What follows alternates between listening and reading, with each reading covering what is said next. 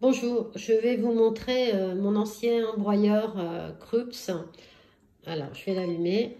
Alors, ancien pourquoi? Parce qu'il a rendu l'âme, il y a certaines fonctions qui fonctionnent encore, mais en fait, il ne broie plus le café.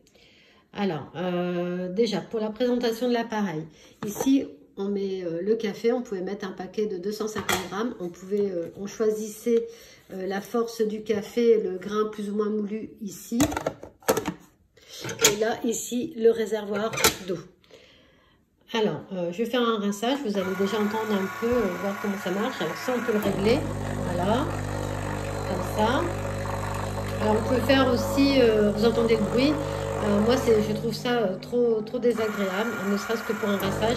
Et quand il y avait le broyeur, c'est encore pire. À tel point que le matin, je ne l'utilisais jamais parce qu'elle était vraiment trop bruyante. Voilà, donc là, elle effectue un rinçage, mais c'est à nous de décider si on veut le faire ou pas. Pour ceux qui aiment les cafés lattés, il y avait possibilité de le faire. Moi, ça ne m'intéresse pas du tout. Alors ici, du coup, on a des petits flotteurs qui vous indiquent quand il faut vider l'eau. Il faut le faire assez régulièrement. Voilà. Et pour le marc de café, voilà. Le marc de café, c'est un tiroir ici. Voilà, et une petite languette aussi à nettoyer. Voilà, ici. Donc, ça fait un petit peu de manipulation.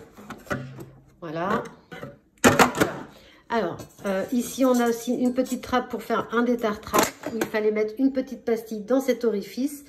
Alors, je me suis rendu compte, et d'ailleurs, je me demande si c'est pas à cause de ça qu'elle s'est cassée, c'est que les pastilles Krups qui sont vendues pour ce type d'appareil sont trop grosses pour l'orifice. Du coup, en fait, elles ne faisaient pas leur travail, et je trouve même ça dangereux parce que j'aurais pu m'intoxiquer.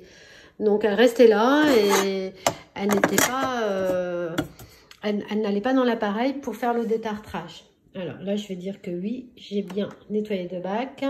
Voilà, alors on pouvait choisir par exemple Expresso, bon je vais le faire même si elle ne fonctionne plus, d'accord. Et on pouvait choisir ici la quantité, vous voyez, que l'on veut. Vous entendez. Je vais l'arrêter parce qu'elle est vraiment cassée. Voilà. Alors, oups, je crois que je vais même la débrancher complètement. Mon main me fait elle me bug.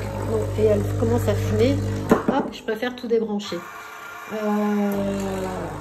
Bon, même débranché, elle continue de fonctionner. C'est formidable. Oh, quel bruit insupportable. Donc, c'est pas pratique non plus. Ce qui n'est pas pratique, si vous devez choisir une cafetière. Ici, on a un renfoncement. On peut pas mettre des tasses très hautes. Voilà. Le fait aussi que c'est déjà une cafetière large, un broyeur large, pas très profond, mais ça on s'en fiche, hein, vous verrez mon nouveau broyeur est moins large et plus profond, puisque de toute façon on ne met rien devant ni derrière. Et en plus il fallait prévoir de l'espace sur le côté pour vider le marc. Donc ça fait 10 ans que je l'ai, bon elle a fait son job j'ai envie de dire, mais je suis partie sur complètement autre chose pour remplacer ce broyeur. Voilà, n'hésitez pas si vous avez des questions.